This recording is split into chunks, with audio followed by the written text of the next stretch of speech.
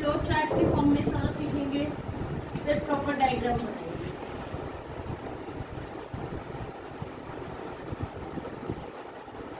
One part of the heart is dedicated to the flow of deoxygenated blood. One part of the heart is dedicated to oxygenated blood. एक हिस्सा oxygenated blood का pressure बढ़ाता है, एक हिस्सा deoxygenated blood का pressure बढ़ाता है। इसमें हम राइट साइड और लेफ्ट साइड जब मेंशन करते हैं तो जैसे हमारा हार्ट एक्चुअली प्रेजेंट है उसी साइड राइट और उसी साइड लेफ्ट रखते हैं। उसके लिए आप अपनी कॉपी को अपने बिल्कुल पैरेलल रखेंगे, आमने सामने नहीं। उसमें जो आपकी राइट साइड आएगी दैट इज राइट और जो लेफ्ट आएगी वो लेफ्ट। अगर मैं ऐसे लिखूंगी तो ये लेफ्ट साइड राइट आ जाएगी, इसीलिए ये साइड लेफ्ट और ये side right. This is the left part. और अगर आपने ऐसे चेक नहीं करना तो आप जैसे भी आपका आता है, जब आप नोटबुक पे ड्रॉ करते हो तो जिस साइड राइट आता है उसको लेफ्ट लिख देना और जिस साइड लेफ्ट आता है उसको राइट लिख देना। अब मैं लिखने लगी तो ये मेरी राइट साइड बन रही थी, मैंने इसको कौन सी साइड मेंशन किया? लेफ्ट। मैं लिखने लगी तो ये मेरी लेफ्ट साइड बन रही थी, मैं इसको कौन सी साइड मेंशन करूंगी? Right part of the heart. Now heart is divided into 4 chambers. Upper 2 chambers are called auricles.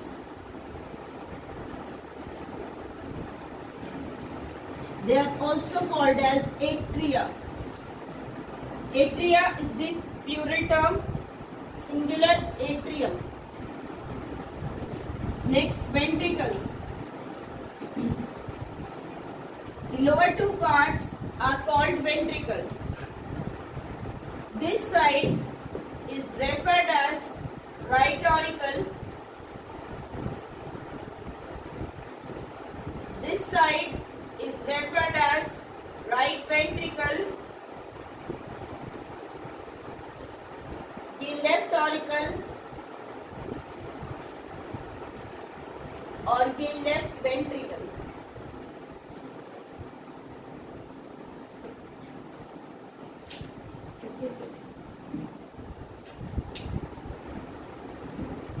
Right part receives or pumps the deoxygenated blood.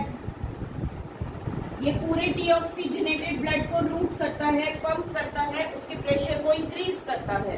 Blood का मेन फंक्शन होता है ब्लड के प्रेशर को increase करना, ताकि blood body के हर part में pressure से फ्लो करे। आप कभी भी एक तरफ बैठे बैठे 2-3 घंटे हो जाते हैं तो आपको एक बार ऐसा लगता होगा कि खड़े होते टाइम दिक्कत होती होगी, उसमें ऐसे कहते हैं पैर सो गया। ठीक है, कभी फील किए ये वाली कंडीशन? उसमें बेसिकली क्या होता है, जब पैर ब्लड नीचे तो चला जाता है पर ग्रेविटी की वजह से ऊपर नहीं आ पाता, वो फ्लो कम हो जाता है ऊपर आने का। तो जब हम बैठते हैं नीज में बेंड आ जाता है, पहले ही मुश्किल था ब्लड ऊपर आना, अब और मुश्किल हो जाएगा, जिसकी वजह से ब्लड एक तरह से रुक जाता है, बहुत धीरे धीरे ऊपर जाता है। और ब्लड जब पैरों में इकट्ठा हो जाएगा वो डीऑक्सीजनेटेड ब्लड है जिसमें ऑक्सीजन नहीं है, पैरों में एनर्जी नहीं बचेगी। और अगर पैरों में एनर्जी नहीं बचेगी इस कंडीशन को हम कहते हैं पैर सूखना। The left part of the heart maintains the flow of oxygenated blood. Now, falak deoxygenated blood comes from which part of the body? ये रिसीव करता है, ये भेजता है, ठीक है, receiver and sender. Oxygenated blood का रूट लेफ्ट साइड, आना और जाना।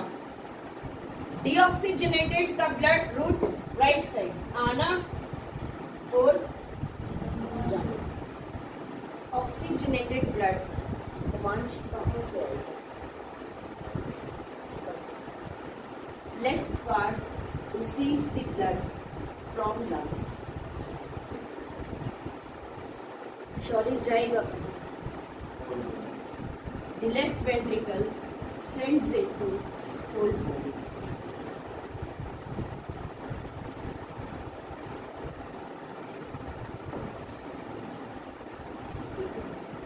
Anika, from where do the deoxygenated blood comes?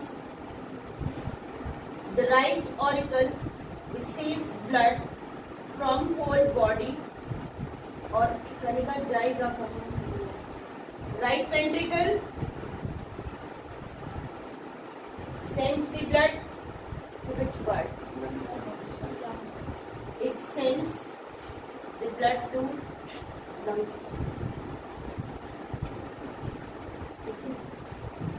Now see the rule. Left auricle में ब्लड आया लंग्स से. In the left auricle the blood comes from the lungs. Then from left auricle the blood goes to the right auricle. Lungs से blood left auricle में, left auricle से blood right auricle में, right auricle से Ankush left auricle से left ventricle ही जाएगा. Left auricle से left ventricle से होल बॉडी.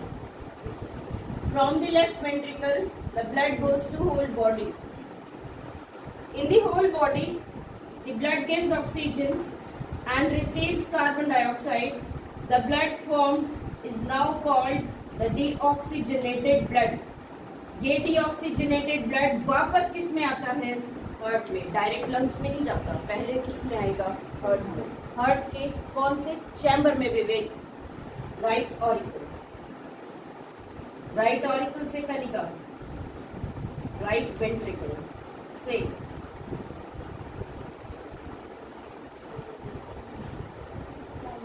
राइट वेंट्रिकल से लंग्स वापस पहुंच जाएगा. और लंग्स में प्रदान क्या होगा? ऑक्सीजन लेकर कार्बन डाइऑक्साइड लंग्स को देकर फिर से इस ब्लड को हम कौन सा ब्लड कहेंगे? Oxygenated blood. This blood again comes in the left auricle. Then this channel again lungs, left auricle, left ventricle, पूरी बॉडी, पूरी बॉडी से right auricle, right ventricle, lungs. Channel समझ आ गया? ठीक है. नाउ ऑरिकल में या ब्लड जो लेकर आता है दैट इज कॉल्ड वेन. और ब्लड जो लेकर जाता है, जो ट्यूब ब्लड लेकर जाती है that is called an artery. जो आ रहा है वो ट्यूब वेन, और जो जा रही है पुष्कर वो tube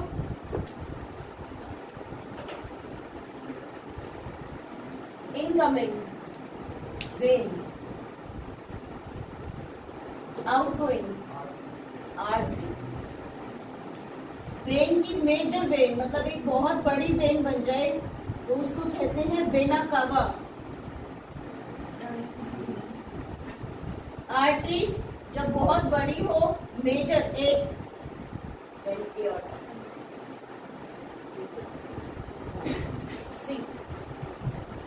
see the left part. Left part has to receive the blood from lungs. The blood which it receives via the tube which is called vein. छोटी ट्यूब, एक ही ऑर्गन इन्वॉल्व है. सारे ऑर्गन से इकट्ठी एक बड़ी बनेगी तो वेना कावा, और एक ही ऑर्गन की है तो क्या बोलेंगे? वेन. अब यहाँ कितने ऑर्गन से आ रही है? वो एक, तो इसीलिए छोटी है, हम इसको वेन ही करेंगे. वेन जो लंग्स से कनेक्टेड हो तो नाम लंग्स से रिलेट करने के लिए वर्ड क्या लगा देते हैं? पल्मोनरी. ठीक है. और क्योंकि आ रहा है ब्लड हार्ट में, the tube that brings the blood to the left auricle is called pulmonary vein.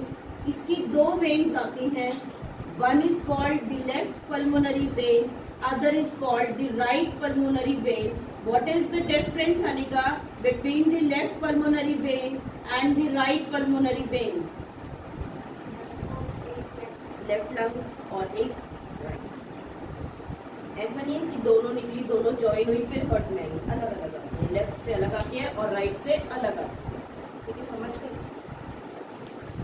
It also receives the blood. Receive जहां से आएगा ये है वेन.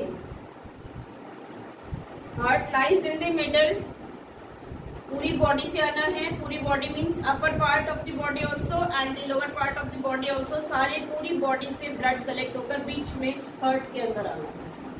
तो अगर ऐसा एक ट्यूब आएगी तो घूम के फिर आएगी, इससे अच्छा एक ट्यूब पूरे हिस्से से ऊपर की तरफ से, एक ट्यूब पूरे हिस्से से इकट्ठा करके नीचे वाली बॉडी पार्ट से, फिर ये दोनों ट्यूब हार्ट में सेपरेटली जाती हैं, अपर बॉडी पार्ट से अलग वेन जाती है, लोअर बॉडी पार्ट से वरदान अलग, ये अपर बॉडी पार्ट से आई, this comes from the lower body part.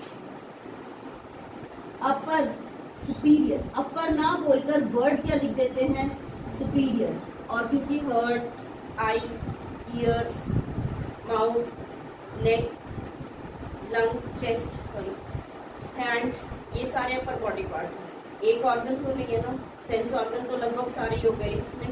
तो मेजर वेन होती है ये, हर एक से वेन निकलती है, ज्वाइन होकर एक वेन बनती है, that comes to the heart. तो इसीलिए वेन ना बोलकर वर्ड क्या लगाते हैं हम, वेना कावा, क्योंकि बहुत सारी वेन्स का एक सिंगल जॉइंट पार्ट है।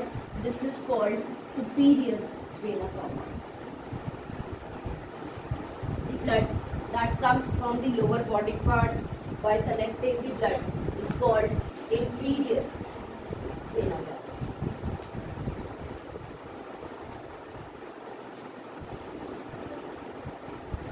Vein system clear है? Now,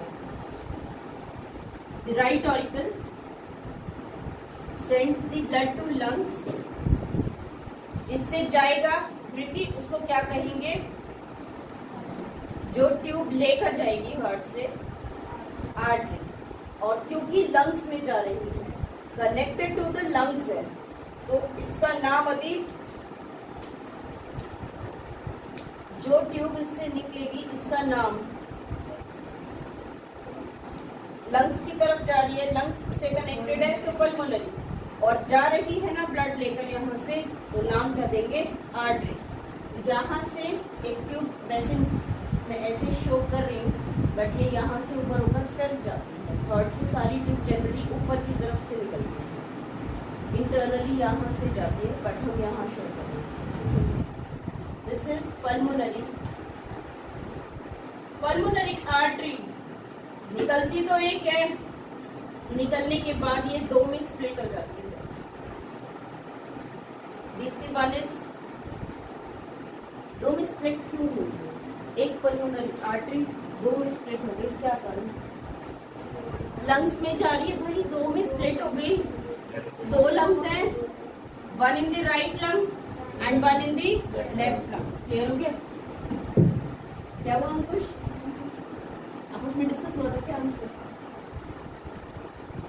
चलो सुनो, राइट, लेफ्ट ऑरिकल से लेफ्ट वेंट्रिकल, लेफ्ट वेंट्रिकल से the blood goes to the whole body, पूरी बॉडी का ब्लड ये ट्यूब लेकर निकली है, इसको आर्टरी कहेंगे या एओर्टा कहेंगे। एओर्टा, क्या फर्क है आर्टरी और एओर्टा में, जिस ट्यूब में सारा ब्लड इकट्ठा होगा उस ट्यूब की मजबूती अलग होती है, स्ट्रक्चर अलग होता है, क्योंकि एक साथ बहुत सारा ब्लड उसमें से जाएगा फिर बटेगा पूरी बॉडी में, तो इस वाली ट्यूब की जगह पर स्ट्रेंथनिंग हायर लेवल पे प्रोवाइड होती है, मसल हायर लेवल पे प्रोवाइडेड होती है, इसीलिए हम इसका नाम अलग देते हैं, नाम करते हैं इसका एओर्टा, इसका नाम एओर्टा।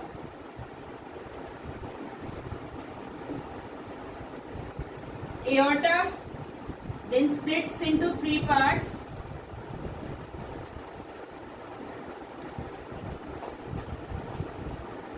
हार्ट से ब्लड पूरी बॉडी की तरफ जाना है, जैसे एक ट्यूब निकली उसमें से एक ट्यूब निकल के कहाँ जाएगी, ऊपर टुवर्ड्स द ब्रेन, एक निकल के कहाँ जाएगी, to the lower body part, उसमें लेफ्ट हैंड कवर नहीं होता, लेफ्ट हैंड में अलग जाती है, a single separate artery for left hand and rest, common two arteries, one for the upper body part and one for the lower body part. So three total veins, one goes to the lower body part, other goes to the upper body part, brain, and one goes to the left hand. This is called subclavian vein.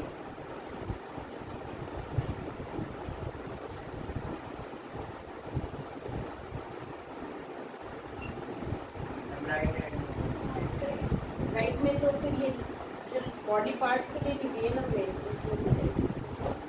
इसके बाद देखो, एक बार blood आ गया, blood back flow भी करता है। ठीक है, देखो ये तो जो ब्लड आया ये तो बहुत प्रेशर से आता है, ये बैक फ्लो के चांस नहीं होते, कम होते हैं। पर जो ब्लड वेन से आता है, वेन से आता है पूरी बॉडी में ऊपर की तरफ, तो वो बैक फ्लो कर सकता है। आर्टरी में प्रेशर बहुत तेज होता है। प्रेशर तेज क्यों होता है? हार्ट ने ऐसे बिल्कुल पंप करके, हार्ट ने ऐसे बिल्कुल कॉन्ट्रैक्ट करके ब्लड भेजा होता है, तो आर्टरीज में तो ब्लड का प्रेशर बहुत ज्यादा होता है। आर्टरीज जो पूरी बॉडी को ब्लड दे देते हैं, एक तो प्रेशर कम हो चुका होता है, ठीक है, लास्ट में पहुंचते पहुंचते फिर वो इकट्ठा होकर जब वापस आता है तो उसको हम क्या कहते हैं? वेन्स। एक तो हार्ट से दूर जाते ही प्रेशर कम हो चुका, सेकेंडली ये ब्लड नीचे जाने के बजाय कहाँ आना होता है? ऊपर, जिसकी वजह से प्रेशर और भी कम हो चुका होता है। ये ब्लड क्या अपने आप ऊपर चढ़ जाएगा? नहीं जाएगा। तो जगह जगह पे वॉल्व लगी होती है। वॉल्व पड़ा था जो स्टमक इंटेस्टाइन में भी थी, वो किस लिए प्रेजेंट थी? कि जो चीज आगे चली गई वो बैक फ्लो ना करे। कभी भी किसी वॉल्व का फंक्शन आ जाए ना, तुम्हें यूं ना पता हो कि ये कहाँ का है और क्या काम है इसका, तो कह देना it prevents back flow. Valve का मतलब ये होता है कि ट्यूब आपस में जुड़ गई। जुड़ने का मतलब ये होता है कि जो इससे निकल गया सामान वो निकल गया, वो कहाँ ना जा पाए, वापस ना जा पाए। ये रोल होता है वॉल्व का। अब इसमें भी यही है, यहाँ पे भी वॉल्व प्रेजेंट है, यहाँ पे भी वॉल्व प्रेजेंट है। वॉल्व इसलिए प्रेजेंट है, जब कोई चीज कॉन्ट्रैक्ट करके रिलैक्स करती है तो लिक्विड को अपनी तरफ खींच लेती है। जो लिक्विड चला गया वो कहाँ आ सकता है? वापस। इसके लिए हार्ट में जगह जगह पे क्या प्रेजेंट होती है? वॉल्व। देखो पहले हार्ट का ये हिस्सा कॉन्ट्रैक्ट करता है, सारा ब्लड किस में चला जाता है? वेंट्रिकल में। फिर वेंट्रिकल कॉन्ट्रैक्ट करता है, सारा ब्लड कहाँ चला जाता है? अब ये वेंट्रिकल जब कॉन्ट्रैक्ट करेगा ब्लड को जगह नहीं मिलेगी, वो इसमें जा सकता है, इसमें भी तो जा सकता है, कनेक्टेड तो दोनों है। अब वो नीचे ही जाए, ऊपर बैक फ्लो ना करें, इसके लिए यहाँ क्या प्रेजेंट होगी? ये कॉन्ट्रैक्ट करके ब्लड भेज देता है, ब्लड चला गया, और जब ये रिलैक्स करेगा, जैसे एक वैक्यूम हो गया, तब ये चीजों को अपनी तरफ खींच लेगा। वो ब्लड इसकी तरफ खींच सकता है, उसके लिए इसके और इसके बीच में भी क्या प्रेजेंट होगा? एक वॉल्व प्रेजेंट। आपने सिर्फ नेम लर्न करने हैं, कम आपको ये पता चल जाएगा बैक फ्लो कहाँ से कहाँ नहीं होने देगा। आंसर सबका सेम है कि बैक फ्लो नहीं होने देगा, बस नाम आपको ये बताएगा किस जगह से किस जगह पर बैक फ्लो नहीं होने देगा। अब मैं नाम लिखती जा रही हूँ सबको, ठीक है, आप उसमें मुझे ये बताओगे बाद में अभी कि कौन से हिस्से से कौन से हिस्से में बैक फ्लो को प्रिवेंट करेगा। ठीक है, फर्स्ट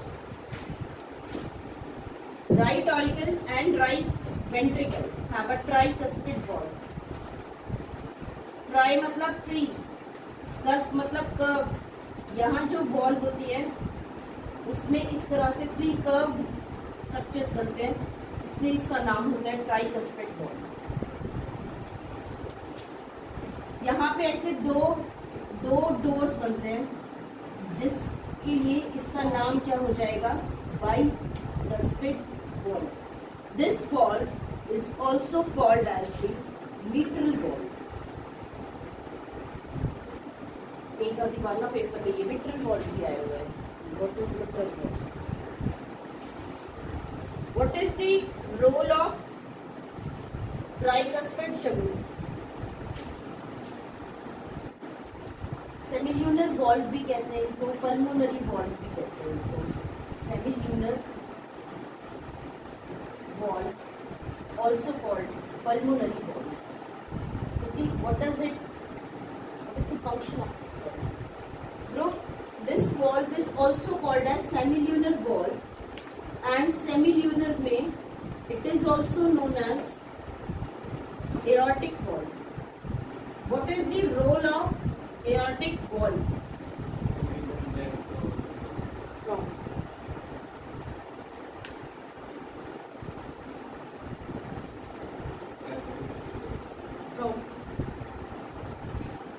अर्चित अर्चित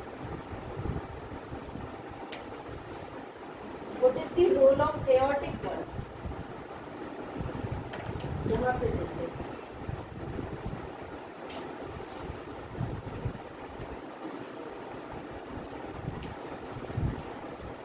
इसको क्रॉस करके ब्लड कहाँ जा रहा है? इसको क्रॉस करके ब्लड कहाँ जा रहा है? एओर्टा में। आगे क्रॉस करके आप तो वापस ना आ पाए, कहाँ से कहाँ वापस ना आ पाए।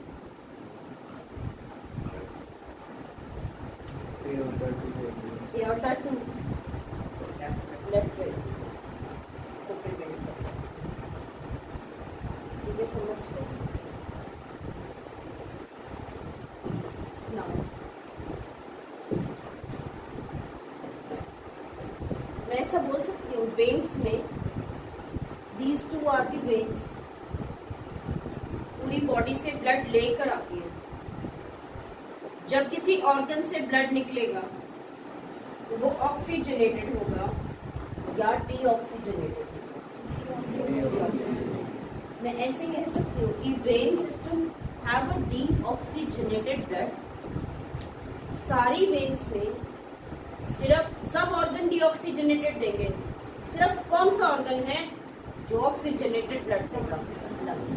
अब जब भी मैं कहूंगी पूरे ऑर्गन से निकली है डीऑक्सीजनेटेड पाएगी except from the pulmonary, lungs. उस वेन का नाम क्या होता है जो लंग्स से आ होती है? Pulmonary. All the veins carry deoxygenated blood.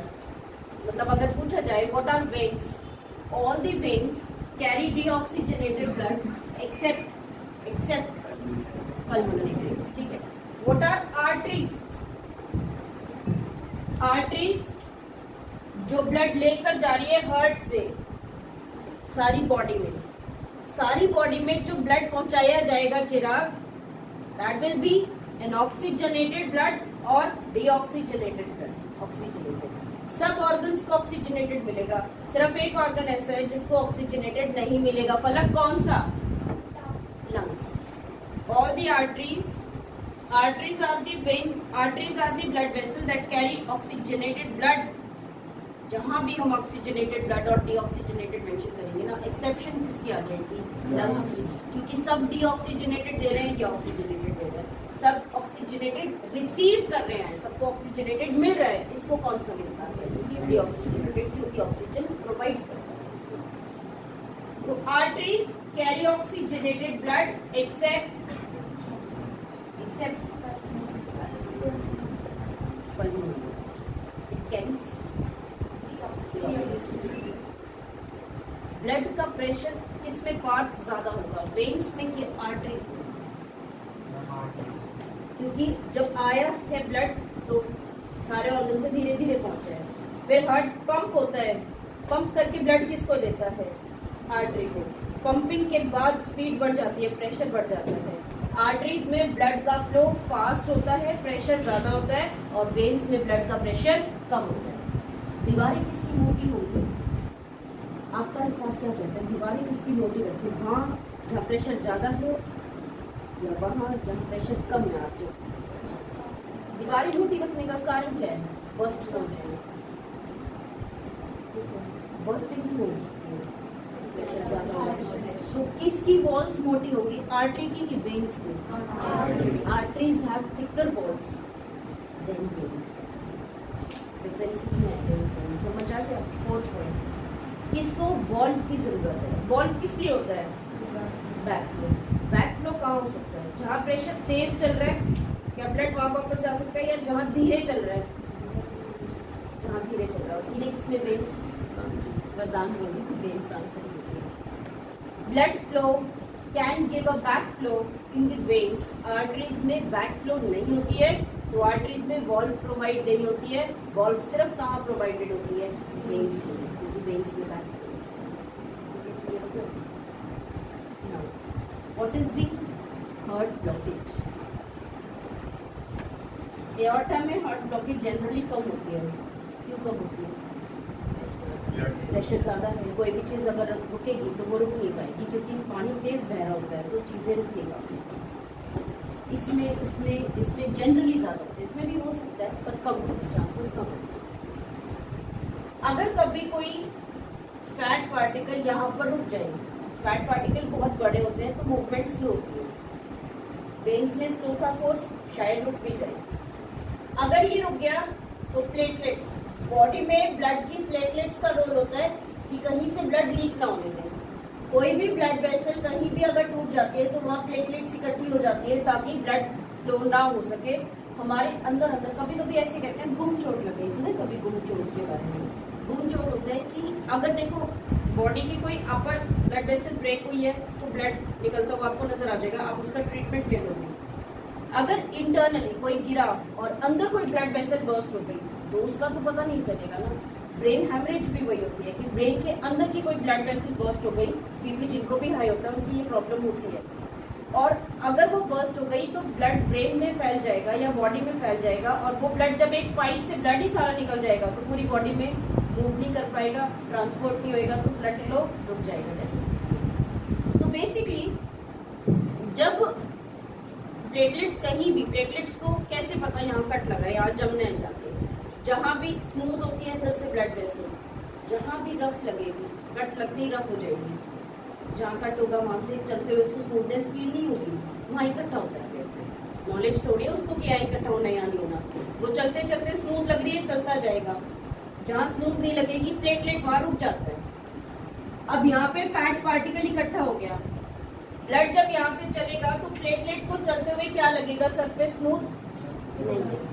यहाँ पे प्लेटलेट्स इकट्ठे होंगे जैसे ब्लड क्लॉट करता है, यहाँ पे खून जम जाएगा, फिर और फैट इकट्ठा होएगा, फिर और खून जम जाएगा, फिर और इकट्ठा होएगा।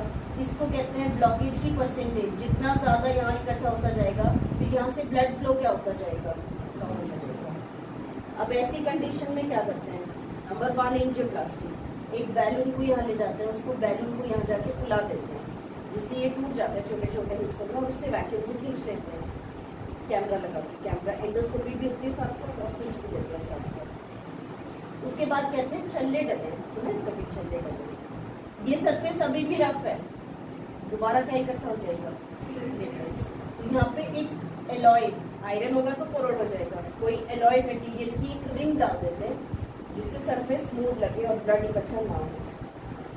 अगर ये ब्लड वेसल पूरी डैमेज हो चुकी है, वीक होके पूरी डैमेज हो चुकी, मसल काम नहीं करेगी, तो फिर इसको हटाते हैं। पैर में से कोई नस निकालते हैं ब्लड वेसल, उसको यहाँ जोड़ देते हैं, उसको बाईपास कर देते हैं। समझ आ गया? इस ट्यूब को कट करके ही निकाल देते हैं। अब अगर किसी को ऐसा लगे कि हार्ट और लेफ्ट हैंड में ही प्रॉब्लम क्यों होती है, क्योंकि पूरी बॉडी में तो ब्लड धीरे धीरे चला जाएगा, सबसे ज्यादा लेफ्ट हैंड में जो वेन जा रही थी ब्लॉकेज उसको फील हुई थी।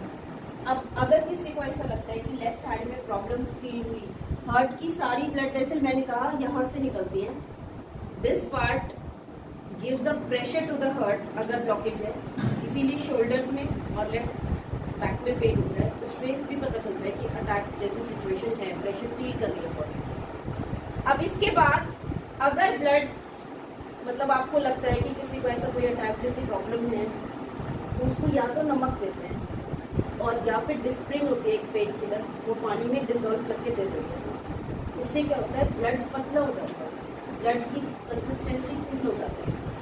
यहाँ से अगर जगह कम है, मोटा ब्लड क्रॉस नहीं कर पाएगा, पतला क्रॉस कर जाएगा।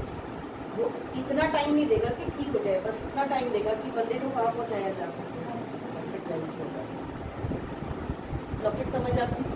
यही अगर लीवर में हो जाए ना, लीवर में भी यही होता है, किडनी में भी यही होता है, उसको स्टोन कहते हैं। स्टोन भी क्या है, ब्लॉकेज ही तो है, पत्थर ही तो है, ये भी तो पत्थर ही है। फैट्स और प्लेटलेट्स इकट्ठी हो जाती हैं, वो कहीं भी जहाँ इकट्ठी हो गई रिमूवेबल होती है तो पथरी कह देते हैं, रिमूवेबल नहीं है यहाँ उसको ब्लॉकेज कह दिया। और लोगों को ये लगता है नींबू का बीज खाने से पथरी होती है।